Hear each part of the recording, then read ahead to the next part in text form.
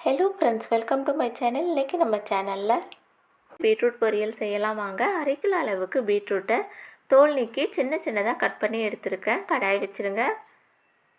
2 spoon அளவுக்கு எண்ணெய் சேர்த்துக்கோங்க. 1/4 டீஸ்பூன் கடுகு, 1/4 டீஸ்பூன் உளுத்தம்பருப்பு, கடுகெல்லாம் பொரிஞ்சது. இது கூடவே 1/4 டீஸ்பூன் அளவுக்கு சோம்பு சேர்த்துக்கோங்க. 1 ஸ்பூன் அளவுக்கு கடலைப்பருப்பு. கடலைப்பருப்புலாம் நிறம் மாறினதும் கொஞ்சமாக கருவேப்பிலையும் சேர்த்துக்கோங்க. மீடியம் சைஸ் 2 பெரிய வெங்காயத்தை பொடி பொடியாக கட் பண்ணி சேர்க்குறேன். வெங்காயம்லாம் இந்த அளவுக்கு வதங்கினதும் கட் பண்ணி வச்ச பீட்ரூட்டை இது கூடவே சேர்த்துக்கோங்க. கொஞ்ச நேரம் பீட்ரூட்டை எண்ணெயில் வதங்க விடுங்க. தேவையான அளவு உப்பு சேர்த்துக்கோங்க. 1/4 டீஸ்பூன் மஞ்சள் பொடி, 1 டேபிள் ஸ்பூன் குழம்பு மிளகாய் பொடி சேர்த்து எண்ணெயிலே கொஞ்சம் நேரம் வதங்க விட்டு காய்கள் முழுகிற அளவுக்கு தண்ணி சேர்த்துக்கோங்க. இன்னும் கொஞ்சம் தண்ணி சேர்த்துக்கலாம்.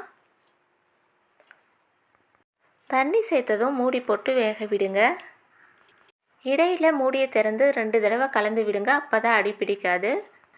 இந்த கேப்பில் 4-5 தேங்காய் பீஸை மிக்ஸி ஜாரில் போட்டு கொஞ்சமாக தண்ணியும் சேர்த்து நைஸாக அரைச்சிட்டு வந்துடுங்க. இந்த அளவுக்கு நைஸாக அரைச்சிட்டு வந்ததும் வேகிற காய் கூடவே இந்த தேங்காய் விழுதையும் சேர்த்து கலந்து விடுங்க.